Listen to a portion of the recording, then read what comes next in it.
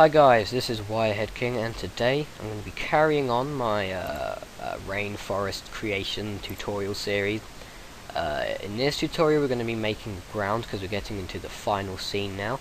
So what I'm going to do is just get all of the elements from this layer over here and just move them to the layer way at the back there, like so. And okay, so now we've got this layer all cleared up. What we're going to do is add in the ground. Okay, so let's make it size of the grid square. So but you can do that by just pressing S8, and now just make it fill up the grid square, as I said. And I'm going to subdivide it quite a lot. Yeah, something like that. And if we bring back the camera and the lighting, we're just going to play around with this lighting now. So I had it so it's sort of coming across like that, so from the diagonal left of the plane down to the diagonal right, and I don't think I had it quite that rotation or something like that, a bit more of a steep incline. Okay, and now with the camera I'm going to bring it back to the dimensions that I'm actually going to use and turn on where is it, with the camera selected, go over to this thing here, so camera, and under display we're going to set the composition, guys, just tick thirds. And okay, if we just move this down to the nearer to the plane like that, and then rotate this down so that this top line up here sort of matching where the horizon line of the plane is, then that's just a little photography tip there, composition tip, should I say. Okay, and alright, so okay, now to create the ground we need to give it a reflective texture, because of course it's it's reflective, isn't it, because it's wet and there's water, and the water will be reflecting off things. So we're going to add a new material, and we're going to call this ground. And let's get into the first thing, which is the color of the ground. So we're going to go into image or movie, and we're going to grab the texture. It's going to be ground. Again, you can get these textures from CG Textures. Well, not these ones in particular, but there are loads of textures on cgtextures.com, and I'm not using those, so I'm using some that I got from the Nature Academy. So you can sign up for that course. Just Google it, and you should be able to find it quite easily. Okay, so I'm going to use sandrocky.jpg or .jpeg, and it's going to be called ground color, like that. And under image mapping we're going to set the repeat to 12 by 12. Okay, so now when I render this, yeah, there we go, that's at roughly the right size for the texture. Okay, don't worry about the repetition of it being quite obvious, because when we get the plants in there and everything, it's not going to be too obvious at all. Okay, so now what we need to do is get into the creating the puddles. So we're going to separate our window and open up the UV image editor and get rid of this, and I'm going to go to image, new image, and I'm going to call this puddle map. Make sure it's black. I like to keep the width at about 2000 by 2000, like so. And then when I press OK, I should just have this big black square. And now if we press, go to image and then save as image, we can save it somewhere. Now this is quite important because, if I just call this puddle map, because that way when it's saved here, your computer always knows to just open up that image rather than, because it won't be saved with the Blender file, it's just currently on the Blender file, just saved into your computer's RAM, and that's it's quite hard to get back after that. So okay, so with this we're now going to pin this to just by pressing this pin to the UV image editor. I'm going to select our plane and press U, project from view, and now we can scale this up and just get it to fit roughly the size of this plane. And now if we go into texture paint like this and press T to bring up this, we can now start painting on to this image like that. Okay, so I've made a tutorial on creating puddles in the past, so you can go and click on that if you want to. But before I get into this, I'm actually just going to grab my my fat ugly trees over here, like this, just by selecting them and then duplicating them, and then moving them over to layer 2. And now I'm just going to position them around the scene. I just make them even smaller still though. Okay, and that way they won't look too big. And just set the particle size down to a 0.015 in all of these places, so 0.015, and yes, already happened. That's 0.015. Okay, and now I'm just gonna quickly position these around the scene, duplicating them in certain circumstances, making sure that you sort of form like this obvious pathway. Oh no, yeah, just so that, because that way, you know, we're going to be having like a forest path, so it just makes sense to have a path being made with the trees on a tree getting in the way. And what I usually do is I sort of have one tree at the end here, and then in my final scene I sort of made one path go this way, and the oh, I'm duplicating the same tree far too many times. That's not good. So just okay. Select this one now. Yeah, I just had it sort of go off in its own separate ways, and that way it just sort of helps prevent it from getting, you know, too close to the obvious, you know, just sudden. It doesn't. You won't see some sudden stop as it reaches the end of the plane. Okay, now I'm just going to select all these trees and go to its the individual origins as the pivot points, and I'll press S and then Shift Z like that, and then S to shrink them down even further like that. Okay, and right, let's just position more of these now. And really I need to, in fact no, the twigs are actually looking fine. Right, where's our camera?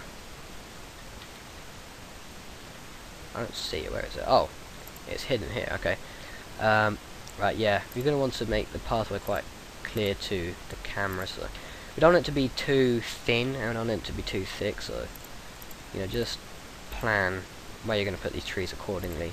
So that, yeah. Okay. That's looking nasty. Just shrink that down on the Z-axis like that, and duplicate this like that. So, yeah, we can sort of get this nice sort of effect there, where the two trees sort of creating almost like a natural vignette for the camera. So let's just now get this tree here, duplicate it, and this one, duplicate that, and now the camera's sort of going too far to the side, so let's just get this tree, I didn't mean to do that, right, this tree here, and duplicate that there, like that, and alright, over here, so we can sort of see where this path is going.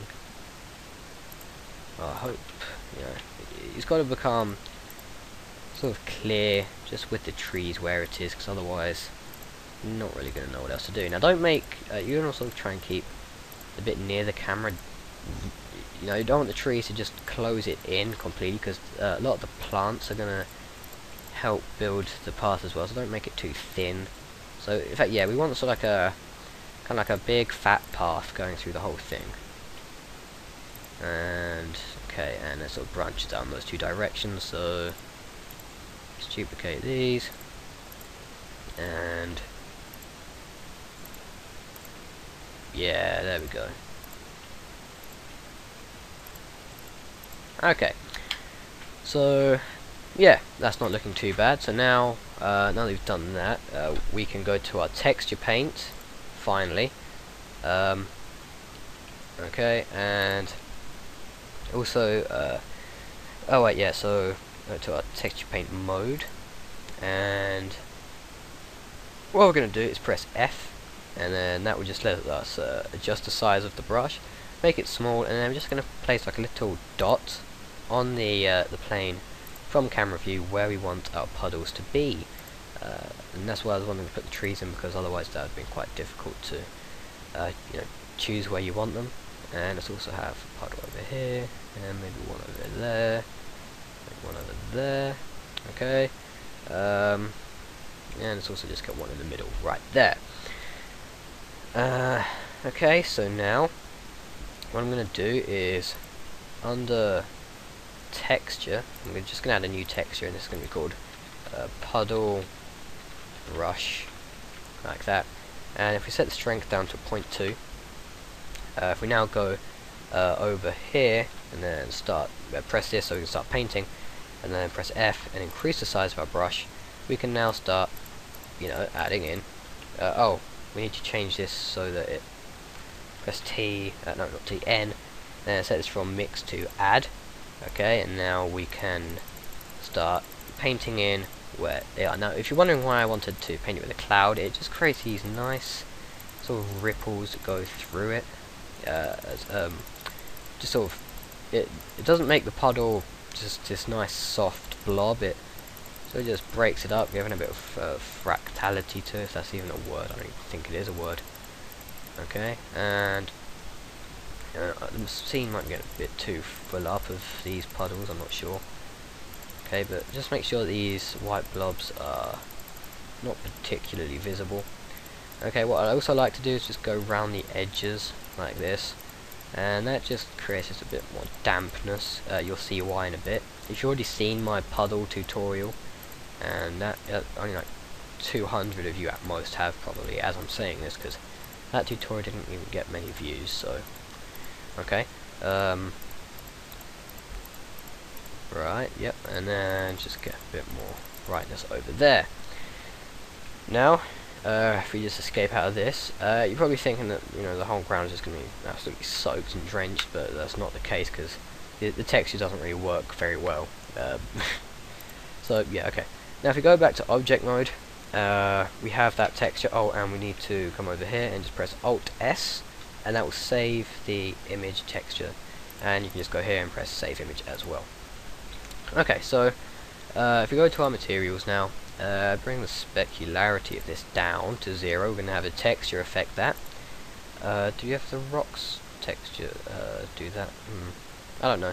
Anyway, we're going to add a new this texture now. So just add the oh yeah, it doesn't work in Blender 2.63. That thing where you just choose an image and it works. Okay, we're going to add a new image or movie texture and set this to puddle map or puddle damp map, and just load up the image. So that's puddle map, and what we're going to do is just go down to influence, RGB to intensity, and set this to black.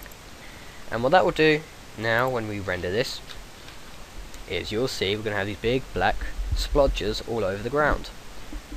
And when this does render, there we go. And as you can see, the texture does not work very well, but it works maybe well enough. I don't know. It's tricky to answer that. Okay, and now while we're at it, let's just change the environment lighting down to 0.3, just so that the shadows look a bit darker.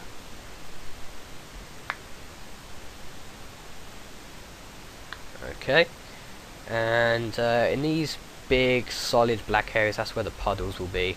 And yeah, okay, so some of these trees are not looking at all nice.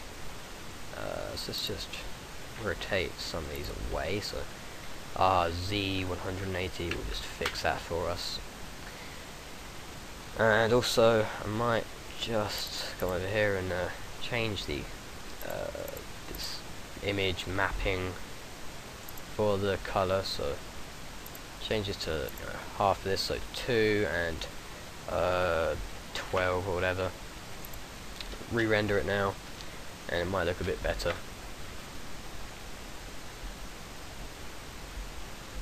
Okay. Yeah, I mean, it's looking better, I suppose, but not great.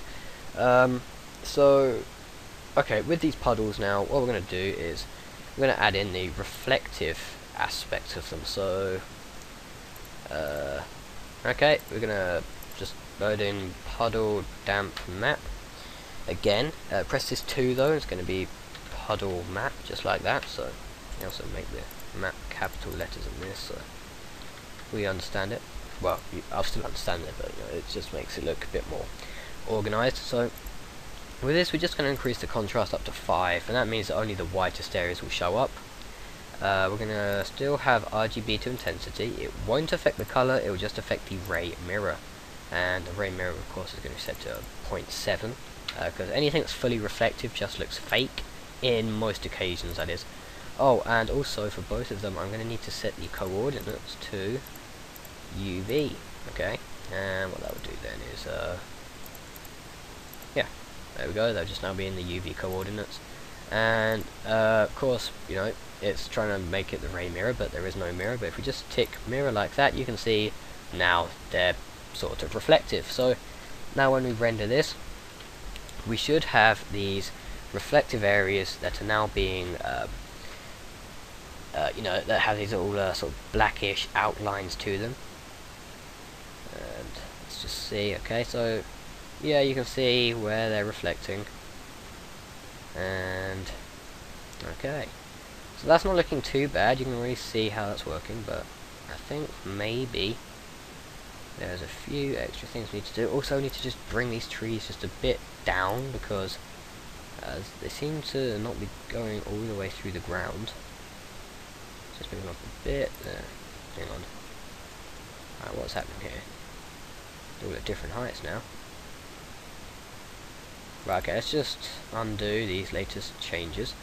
And also, what I should have done is hidden their Subsurf modifiers, because that's really lagging out my computer. So, just like to minimize these. And, well, I should have done this ages ago. Okay, I'm just going to pause while I uncheck the subdivision stuff. Okay, I fixed that problem, but I have no idea what I was about to do next. Oh, I'm probably going to add a bump map to the ground. Okay, so, oh no, I was going to move them down, wasn't I? Right, so select them all, and just drag them beneath the floor just a bit like that, because they're creating some weird shadows in places. Okay, so now with the ground, we've done that bit, so now we're going to just get the ground color again, and this time press 2. The two things make its own separate thing. I'm going to call this ground bump. Okay, it's also going to have the specularity and everything. Okay, so what we're going to do is lower the brightness to 0.4, but increase the contrast like that. Okay, maybe just set to 0.7 or something. And we're going to go to RGB to intensity, and it's going to affect the specularity, the intensity of the specularity, the normal, and the ray mirror. Okay, in fact, no, it's only going to affect the specularity and the ray mirror for now. So specularity can be set to 0.5, and the ray mirror can be set to 0.7. And I've got the hardness, right, so the hardness for the ground can be set to 250 on the specularity. Okay, so now when you render this, it should look a bit more updated, but the whole ground should have a sort of reflective tint to it. Yeah, you can see how that's sort of looking a bit wet now. I think it needs to be a bit more reflective. Yeah. Okay, so the way we're going to do that is also need to rotate this tree around right here, because it's looking kind of fake. There we go. Yeah, with the ground, we're going to just come over back to our textures, increase the ray mirror out to like 0.9 or whatever, and increase the specularity up to 0.7, because of course this isn't, you know, going to have the same sort of effect, because it's using RGB, or the colors to, you know, to do the stuff. Okay, and alright, that's looking a bit better now. I mean, the specularity, that's nowhere to be seen, but it will be viewable, I think, hopefully, in, you know, future. we're gonna edit it. Okay, that tree's still looking fake. Maybe I selected the wrong one to rotate. Yeah, it's this one right here. Okay, just rotate it like that. Okay, and that way it won't look fake. And just because there was a texture stretching and all that stuff, so let's see. Okay, now I just changed the normal there. Okay, right. So the next thing we're going to want to do is add the bump map to the ground. Now, sometimes, you know, this is considered hard to do when, sorry about that, I was interrupted, so I had to quickly pause. Anyway, this is considered quite hard because, you know, if you were to add a bump map to a reflection, then, you know, the reflection would start looking all crazy. And, you know, actually that's, yeah, we can actually put the bump into this, the geometry set this to like a 0.1 or something, maybe even 0.05, because just a very subtle bump to the ground would work. Okay, and we're going to just move this down, and in the position up here we're going to again put in the puddle map and use this as a RGB to intensity, negative, and stencil. And I just thought, have we got these to the UV coordinates? No, we haven't got this one to the UV coordinates. Okay. And if you now go to the material, yeah, it's not going to affect the color, it's just going to be a stencil.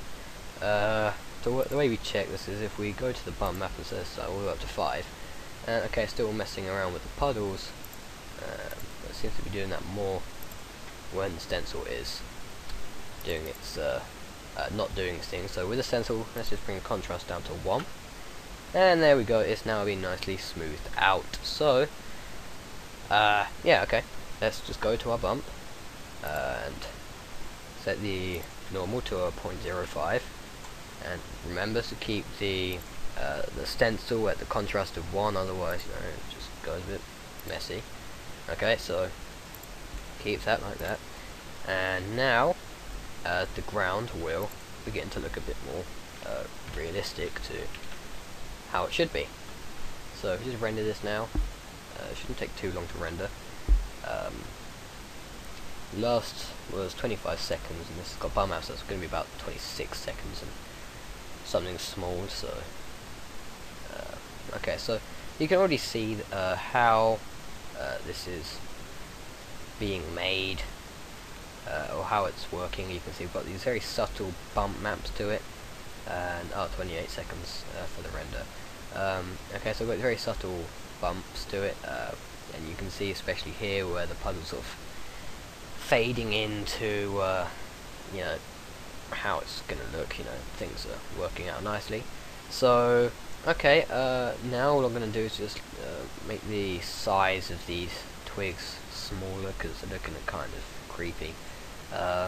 Okay, so now we've completed the ground. Now we're going to just do a bit of geometry adjusting to it. We're not going to add a displacement because that would just make the puddles look strange, so we're going to do that. But we are going to just slightly adjust the terrain. But as I say, first I'm just going to make the size of these smaller, so just go to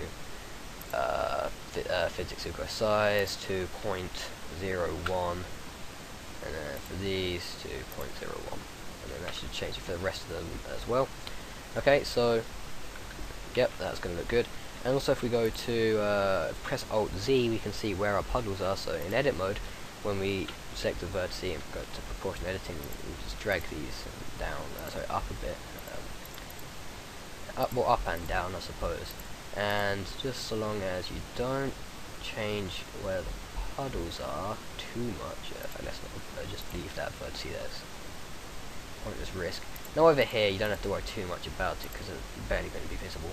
But we just want to add a bit of, you know, uneven terrain to it, just to give a bit more of a realistic feel to it. Okay, and now we have completed the ground. Okay, so thanks for watching. We'll be continuing this tutorial obviously in part 13. Wait, I am on the right part, aren't I? So okay, well, I'll be continuing it on in the next part, so thanks for watching, and goodbye. Yeah, thanks for watching, and goodbye.